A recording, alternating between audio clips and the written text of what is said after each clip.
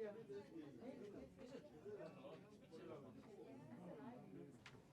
afternoon, ladies and gentlemen. Thank you so much for honoring our invite. Sorry that... In September last year, communities in the Cape Town metropole raised the alarm around the growing phenomenon of extortion. At the time, the extortion racket seems to be targeting formal business such as eateries and restaurants and bars. But upon closer look, it became apparent that the criminals were also not sparing informal business, transport industry and construction sites. The phenomenon of extortion through kidnapping and extorting residents and workers coming from work is also on the uptick. What has also becoming even more worrying is the targeting of the poor ordinary people in the township by these ruthless criminals. Flat owners and backyard landlords who are trying to make ends meet are not spared. These criminals are demanding a percentage of rental income that they received from their tenants. These groupings are operating across boundaries and are not confined to specific geographical areas. Came up with an intervention of a hotline so that people could report as anonymous. 0011, that's 021 466 0011. Thank you so much for that.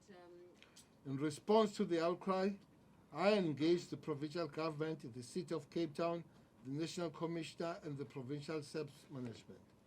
An extortion priority committee of the provincial joints was established to deal with disturbing crime. The integration of the role players included South African Police Service with DPCI, the Hawks, Organized Crime Office of the Premier, Department of Community Safety, Department of Transport, Department of Correctional Service, Cape Town Law Enforcement Agencies, Department of Community Safety, Director of Public Prosecution, Business Against Crime. Challenges in investigating an extortion case, Minister.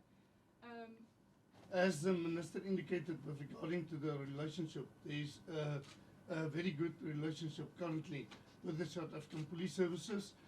As the safety and security within the City of Cape Town, we are there from Metro Police, Traffic and Law Enforcement to form a joint operational approach with regarding to extortion. We are part of the priority committee on a weekly basis. We are part of the planning process. We are part of the deployment process. We are part of the execution process. We are assisting with sharing of information with regarding to our own structure within the city, and we are also assisting the police with regarding to shadow investigations should they need any assistance from the city in terms of our SSIU.